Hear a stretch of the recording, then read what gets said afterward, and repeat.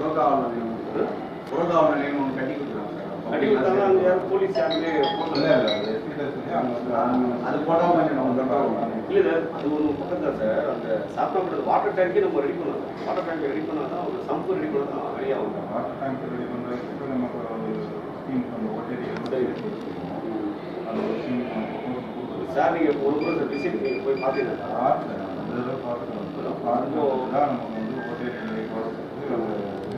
Water சேரி மாதிரி அந்த மாதிரி தான் எல்லா கவுன்சிலருமே அதிமுக திமுக பிஜேபி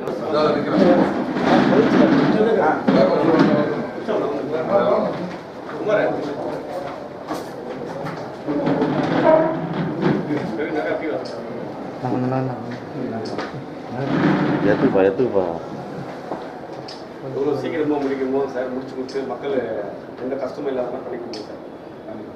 இந்த ஐவேசி பிடபிள்யூ நம்ம கார்பரேஷன் வீட்டில் இருந்தால் கூட சார் ஒரு கமிஷனர் சார் கொஞ்சம் தலையிட்டு கொஞ்சம் அதை இல்லை எல்லாருமே சேர்த்து தான் ஓகேவா போயிடலாமா?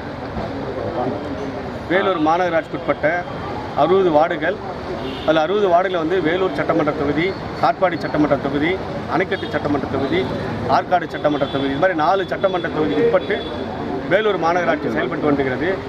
கடந்த 4.5 ஆண்டு காலம் இந்த ஆட்சி நடத்தி இந்த விடியா திமுக அரசால் பாதாள சாக்கடை திணிகள் வேலைகள் எல்லாம், சாலை வசதி, பாதாள சாக்கடை வேலைகள் எல்லா இடங்களிலும் வேலைகள் முடிக்காமல் முடக்கப்பட்டு மக்கள் அவதிப்பட்டு இன்றைக்கு பார்த்தீங்கன்னா கடந்த 2 நாட்களுக்கு முன்னதாக பெய்த மழையினால் நீங்கள் பார்த்துட்டு இந்த டிபோர் ஸ்டேடியம் பக்கத்தில் ஒரு ஸ்டேடியம் வந்து நம்ம கோட்டை சர்க்கிளில் வந்து ஒரு செவரே விழுந்து போய் வந்தது. அதே போல் பல இடங்களில் குழிப்பள்ளமாக பாதாள சாக்கடை வேலைகள் பணிகள் செய்யாமல் மக்களுக்கு ரொம்ப பள்ளி படிக்கின்ற மாணவ குழந்தைகள், கல்லூரி படிக்கின்ற மாணவர்கள், வேலைக்கு சென்றவர்கள், பெரியோர்கள், தாய்மார்கள், வயதானவர்கள் எல்லாம் மிகுந்த துயரத்தில் உண்டாகி கொண்டிருக்கிறார்கள்.